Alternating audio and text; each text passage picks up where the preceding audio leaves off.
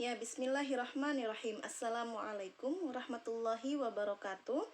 Apa kabar semuanya teman-teman? Semoga semuanya dalam kondisi sehat walafiat. Baik teman-teman, melanjutkan dari strategi pemasaran, kita akan bahas untuk bagian yang akan dibahas hari ini, yaitu tentang seni menjual.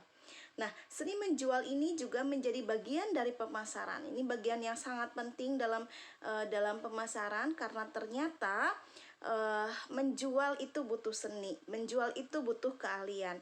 Baik, apa itu seni menjual? Seni menjual adalah sebuah seni yang dapat diterapkan dalam dagang dan hidup untuk dapat mempengaruhi dan membujuk agar dapat mengikuti apa yang kita kehendaki atau kita tawarkan dengan cara-cara yang positif tentunya. Jadi seni menjual ini adalah sebuah seni bagaimana kita membujuk orang lain, bagaimana kita mempengaruhi orang lain atau mempengaruhi konsumen agar mereka mau mengikuti apa yang kita inginkan, agar mereka mau membeli apa yang kita jual. Baik, dan tentunya cara-cara membujuk, terus cara-cara mempengaruhi ini dengan cara-cara yang positif ya, bukan dengan cara-cara yang lain, bukan dengan cara-cara yang tidak etis gitu. Baik, selanjutnya, nah, dalam seni menjual ini erat kaitannya dengan pelayanan prima. Bahkan sekarang itu baik dari produk-produk yang istilahnya harganya murah sampai apalagi dengan harga yang sangat tinggi gitu ya. Baik dalam produk tangible ataupun intangible, ini pelayanan prima menjadi salah satu penilaian utama dalam dalam kualitas produk. Nah, pelayanan prima ini seperti yang dilihat dalam gambar. Ini adalah pelayanan prima yang diberikan dari maskapai ya, atau dari travel, dari agent travel, dan juga ini adalah pelayanan prima yang diberikan oleh Halodoc gitu ya, layanan antar obat dengan gratis ongkir. Baik, apa sih pelayanan prima itu? Nah, pelayanan prima atau dikenal dengan excellent service ini adalah pelayanan yang berorientasi pada pemenuhan tuntutan pelanggan mengenai kualitas suatu produk, baik barang ataupun jasa dengan sebaik-baiknya.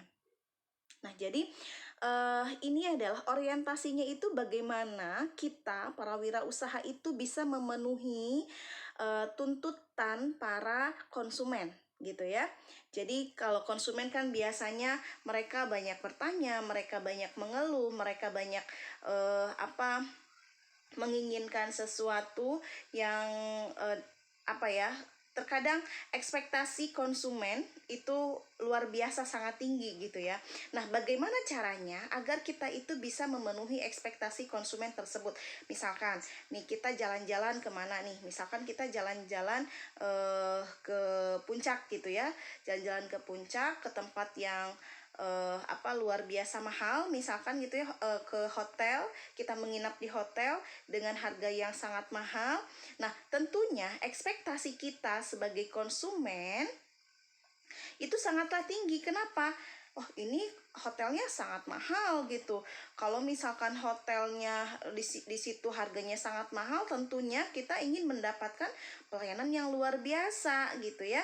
Mulai dari pelayanan dari karyawannya, terus juga dari pelayanan fasilitas-fasilitas yang ada di situ gitu. Jadi jangan sampai ketika kita datang ke sana, oh ternyata jauh dari ekspektasi kita sebagai konsumen. Nah, begitupun ketika kita menjadi wirausaha. Ketika yang kita tawarkan itu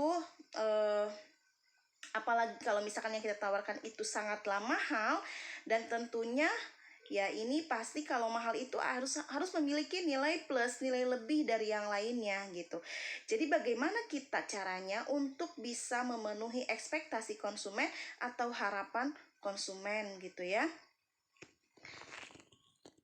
Oke, nah terus tentunya ini berkaitan dengan kualitas ya, kualitas produk. Jadi jangan sampai harganya mahal tetapi kualitasnya biasa saja gitu. Atau tidak mesti mahal ya untuk melakukan pelayanan prima gitu. Harga yang murah pun atau dengan harga yang sangat terjangkau pun, itu kita semestinya bisa memberikan pelayanan prima yang maksimal gitu. Baik. Nah, ini dalam pelayanan prima ini ada basic excellent service yang dikenal dengan konsep A3.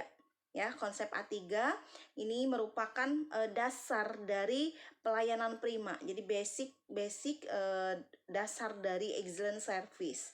Oke, apa saja konsep A3 itu? Yang pertama adalah attitude. Nah, bagaimana attitude itu artinya kan sikap kita ya, sikap kita, perilaku kita. Nah, yang pertama, attitude ini bisa ditampilkan atau bisa terlihat melalui satu, berpenampilan serasi. Teman-teman mungkin sering sekali melihat ketika jalan-jalan ke mall itu bagaimana para SPG-SPG itu dia menggunakan pakaian yang sangat serasi gitu ya. Serasi dengan apa? Serasi dengan produknya. Ya, dari atas, dari kepalanya sampai dengan kakinya itu semuanya serasi. Jadi kalau misalkan ada contohnya terutama produk kecantikan ya, Wardah misalkan, semuanya dari atas sampai ke bawah itu bajunya itu sangat serasi dengan produknya. Produknya itu bermuatan hijau, jadi Wardahnya pun hijau gitu ya, hijaunya hijau toska gitu ya.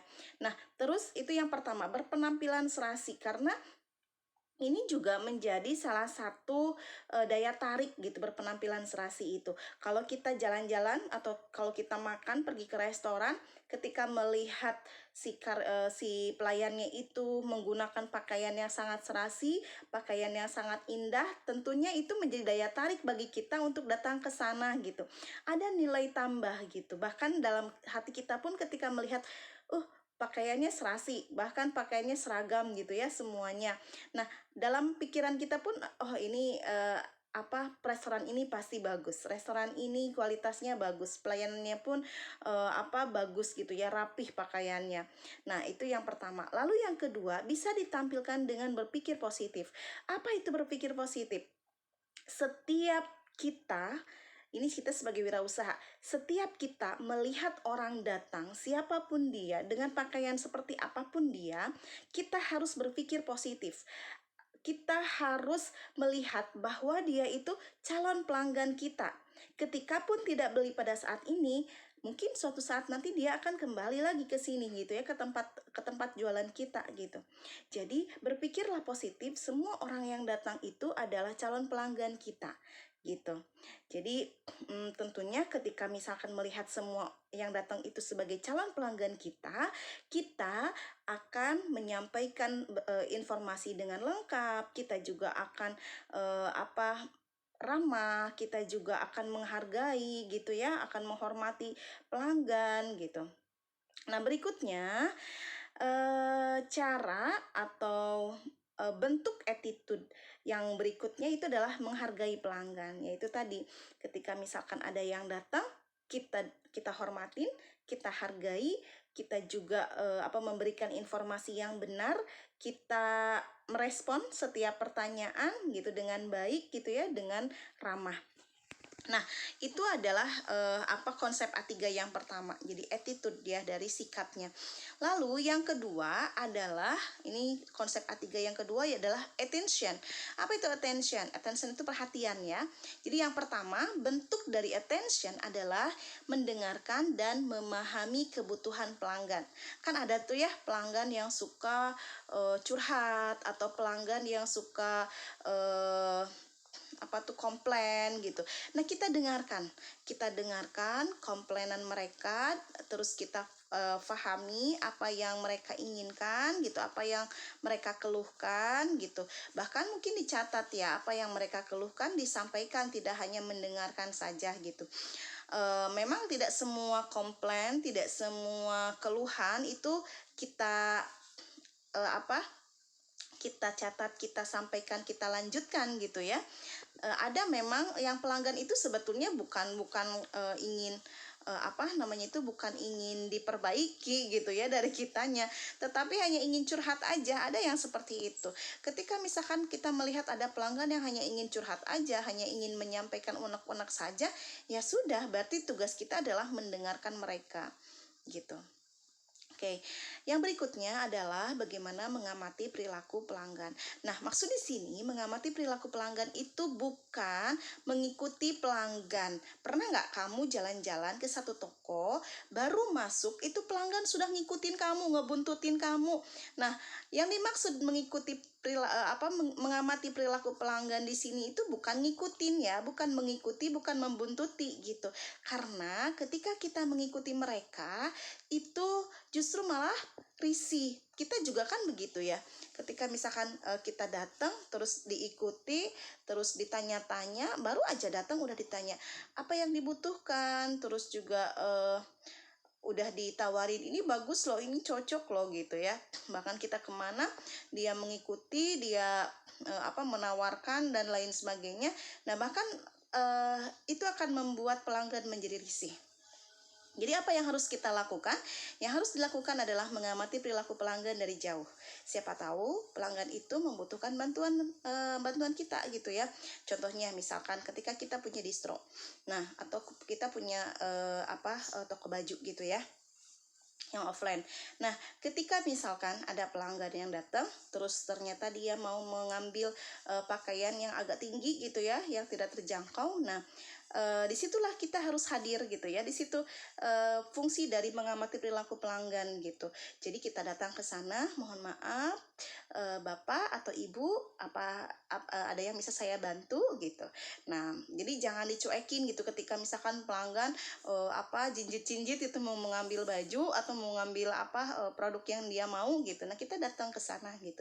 Jadi di situ yang dimaksud dengan mengamati perilaku pelanggan gitu ya. Jadi dari jauh aja dulu dilihatin nih dari jauh gitu. Ketika dia terlihat membutuhkan kita, barulah kita datang. Berikutnya, mencurahkan perhatian penuh pada pelanggan. Nah, di sini artinya kita harus fokus terhadap satu pelanggan. Jadi jangan sampai kita belum menyelesaikan dengan pelanggan yang satu, ketika datang pelanggan yang lain, yang satu ini, yang pertama ini kita tinggalkan. Jangan seperti itu gitu ya. Jadi ketika misalkan ada pelanggan yang satu gitu ya, ada pelanggan yang satu yang baru datang, kita minta izin dulu sama pelanggan yang pertama tadi. Bapak, Ibu mohon maaf saya tinggal, silakan Bapak dan Ibu pilih-pilih terlebih dahulu, atau kakak, adik gitu ya, silakan dipilih-pilih dulu, nanti saya akan kembali gitu. Nah itu salah satu bentuk atau cara kita mencurahkan perhatian penuh pada pelanggan. Jadi fokus gitu ya. Kalau sekarang bagaimana kalau online? Kalau online juga sama begitu gitu. Jadi artinya ketika kalau misalkan pelanggan tuh banyak bertanya gitu ya, banyak nanya gitu ya, kita jangan cuekin atau kita jangan lantas dihentikan gitu ya, atau pembicaraannya jangan lantas dihentikan gitu ya.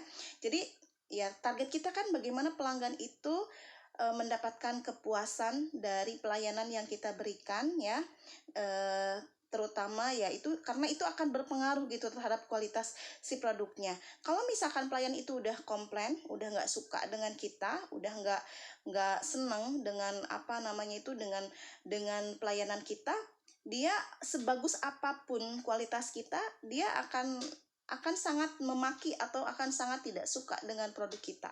Itu bahayanya gitu ya. Nah, jadi yang ketiga tadi yang dari attention ini, salah satu contohnya itu adalah mencurahkan perhatian secara penuh kepada pelanggan. Artinya fokus gitu ya terhadap pelanggan. Berikutnya, ini konsep A3 yang ketiga adalah action. Nah, apa itu action? Action itu kan berarti aksi ya, perbuatan nyatanya gitu. Nah, salah satu contoh, ini salah 4 berarti ya, salah 4 contoh dari bentuk action ini adalah mencatat pesanan pelanggan. Mencatat pesanan pelanggan, misalkan pelanggan itu membutuhkan apa, kita catat gitu ya. Ketika misalkan ternyata yang dia pesan itu tidak ada, sampaikanlah gitu bahwa produk kita itu sekarang sedang kosong, insya Allah akan ada kapan gitu. Tetapi jangan sampai bohong ya, ketika misalkan kita menjanjikan, oh iya pesanannya insya Allah akan datang 3 atau 5 hari ke depan gitu.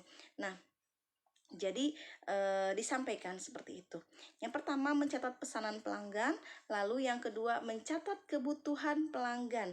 Ketika misalkan Dia bertanya tentang produk, mungkin produk yang berkaitan dengan produk yang kita jual, tetapi tidak ada di tempat kita. Nah, nggak apa-apa, kita tuliskan. Misalkan, oh saya butuhnya ini, tolong dong Mbak, diadain dong gitu ya. Misalkan kita jualan kerudung, misalkan gitu ya.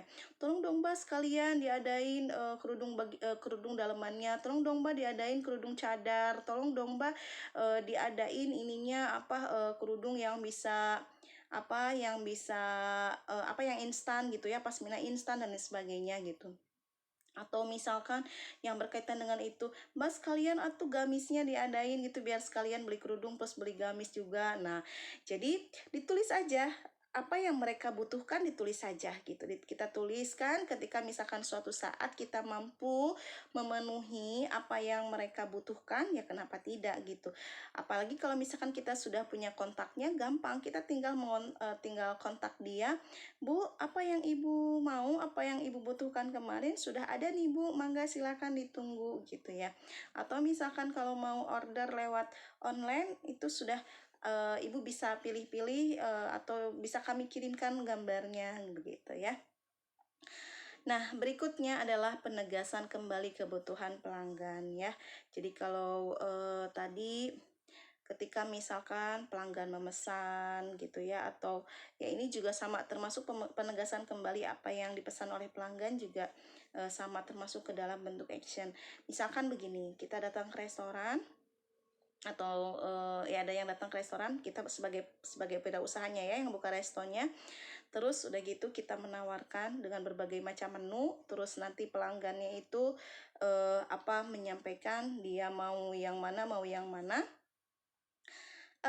Lanjut saja kita tuliskan. Setelah kita tuliskan pesanan mereka, kita tegaskan kembali, baik Bapak, Ibu, Kakak, Adik gitu ya. Yang dipesannya itu misalkan dipesan nasi untuk 5 porsi, terus ayam 1 ekor, terus juga sayur misalkan 1 baskom gitu ya. Nah, jadi ditegaskan gitu.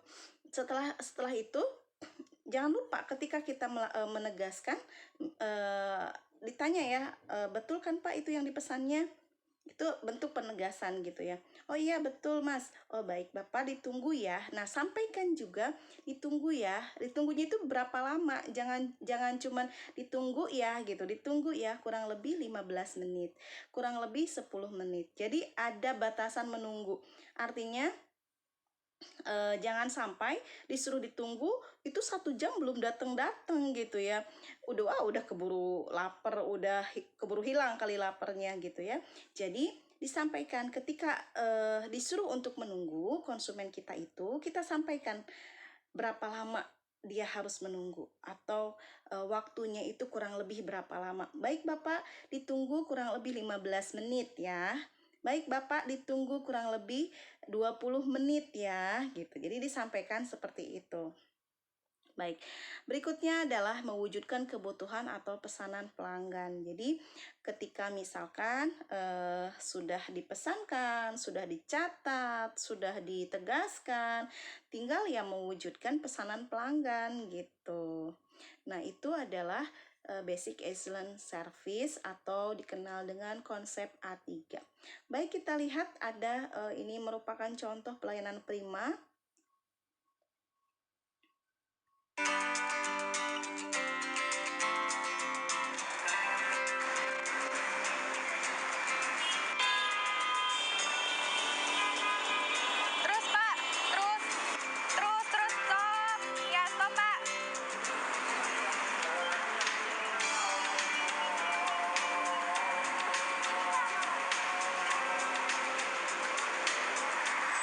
Selamat pagi Indonesia. Pagi Mbak. Mau isi Pertamax Pak? Isi premium aja Mbak. Gak mau isi Pertamax saja Pak. Nilai oktannya lebih tinggi, bagus untuk kendaraan Bapak dan juga ramah lingkungan Pak. Oh gitu ya, oke deh saya coba Pertamax. Oke Pak, mau isi full Pak? 100.000 aja Mbak. Gak mau diisi full saja Pak. Kalau kali ini kita sedang ada promo loh Pak. Setiap pengisian lebih dari Rp200.000 akan mendapatkan hadiah langsung. Boleh juga. Ya udah diisikan full aja Mbak. Oke. Maaf Pak, mesinnya sudah dimatikan?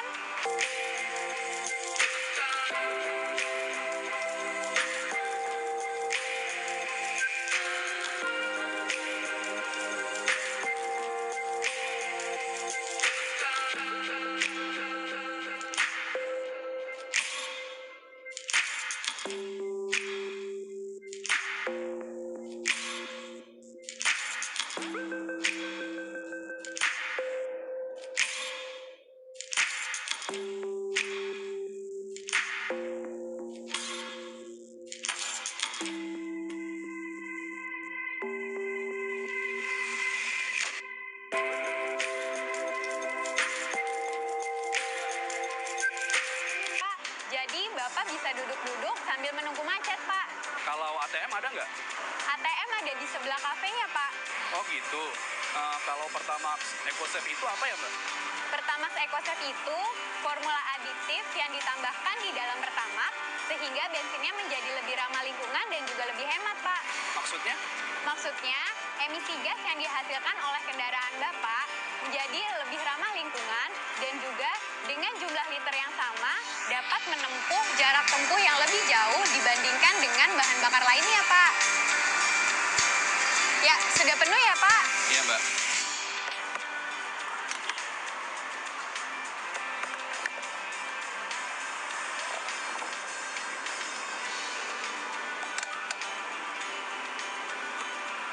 Jadi totalnya Rp214.500 ya, Pak?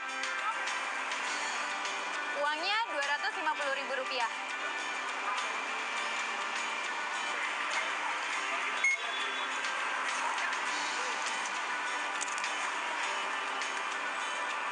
Kembaliannya Rp35.500 ya, Pak? Terima kasih, Pak. Hati-hati di jalan. Sama-sama, Mbak.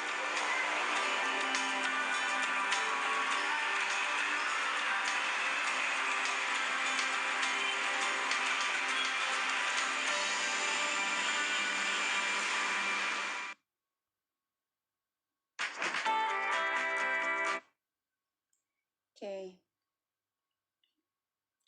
Baik, nah itu adalah salah satu contoh pelayanan prima yang diberikan oleh petugas SPBU ya.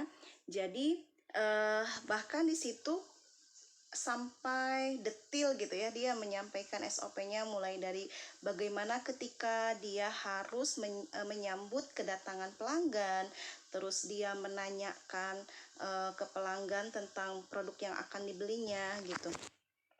Jadi itu disampaikannya dengan detil. Oke, baik.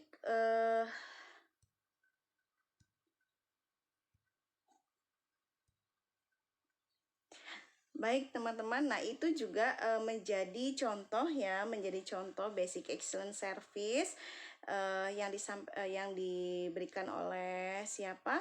Oleh petugas SPBU ya. Nah, ketika teman-teman punya usaha, teman-teman pun harus punya SOP. Jadi standarnya harus punya gitu ya. Jadi untuk standar pelayanannya itu kita harus ada gitu.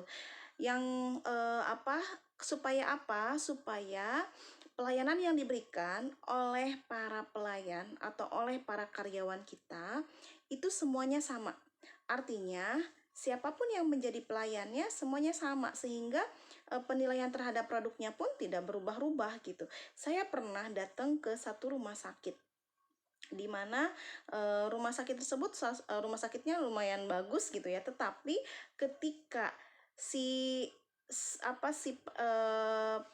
petugasnya itu melayani dengan baik gitu ya, semuanya sama, ya otomatis lah kita akan menjadi wah iya ya beneran bagus. Tetapi ketika kebetulan waktu itu saya datang ke salah satu rumah sakit, pelayanannya berbeda gitu. Kemarin saya datang begini, si mbaknya bilangnya harus dikumpulkan KTP berikut dengan kartu ininya gitu ya, kartu jaminannya atau kartu apa tuh namanya itu, fasilitas kesehatan, faskesnya gitu ya, asuransinya gitu. Nah terus ketika datang lagi oh iya, yang pertama itu dia tidak menyuruh dengan KTP gitu, tidak meminta dengan KTP. Yang berikutnya dia meminta dengan KTP gitu. Otomatis dari situ juga loh kok berbeda ya gitu. Yang kemarin tidak dengan KTP, yang sekarang harus dengan KTP gitu. Bahkan KTP-nya itu disimpan, ditahan gitu. Loh, kayak tahanan aja gitu. Artinya apa? Artinya jangan sampai ada pelayanan yang berbeda, jangan sampai ada standar yang berbeda. Jadi makanya ketika kita akan memiliki usaha, baik itu usahanya produk, kamu punya distro, kamu punya kafe, atau kamu punya apotik, atau kamu punya hotel misalkan ya, atau penginapan, atau kamu punya apapun, harus memiliki standar operasionalnya. Jadi harus punya standar pelayanannya gitu. Jadi standar pelayanannya harus disamakan, harus diberikan contohnya, terus harus diberikan pelatihan, dan semuanya harus bisa gitu dengan standar pelayanan yang sudah kita tentukan gitu. Karena ternyata pelayanan ini menjadi salah satu syarat atau menjadi salah satu kunci bahwa produk kita itu merupakan produk yang berkualitas gitu. Jadi kualitas produk kita juga ternyata sangat ditentukan oleh bagaimana kita melayani konsumen. Baik teman-teman, mungkin untuk pertemuan kali ini dicukupkan sampai di basic excellent service. Besok kita akan lanjutkan kembali. Terima kasih banyak. Assalamualaikum warahmatullahi wabarakatuh.